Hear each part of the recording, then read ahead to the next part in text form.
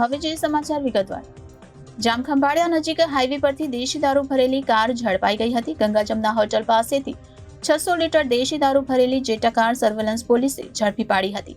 આરોપી કાર ચાલક ફરાર થવામાં સફળ રહ્યો હતો. પોલીસે કાર સહિત રૂપિયા 2,12,000નો મુદ્દામાલ કબજે કરીને કાર્યવાહી હાથ ધરી છે. ફરાર થયેલા આરોપીને ઝડપી પાડવા પોલીસે તપાસના ચક્રો ગતિમાન હાથ ધર્યા.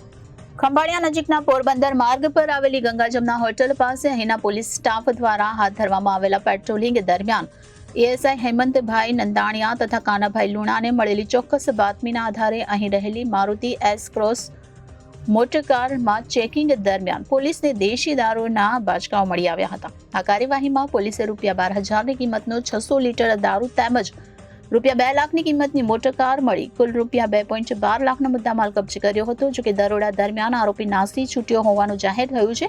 આ સમગ્ર કાર્યવાહી અહીંના પીઆઈના માર્ગદર્શન હેઠળ કરવામાં આવી છે. તો જામખંભાળિયા નજીક હાઈવે પરથી દેશી દારૂ ભરેલી કાર ઝડપાઈ હતી. આરોપી કાર ચાલક ફરાર થવામાં સફળ રહ્યો હતો. પોલીસે કાર સહિત રૂપિયા 2,12,000નો મુદ્દામાલ કબજે કરીને કાર્યવાહી હાથ ધરી છે. ગંગાજમના હોટલ પાસેથી 600 લીટર દેશી દારૂ ભરેલી જેટા કાર સર્વેલન્સ પોલીસે ઝડપી પાડી છે. તો આરોપી કાર ચાલક ફરાર થવામાં સફળ રહ્યો છે.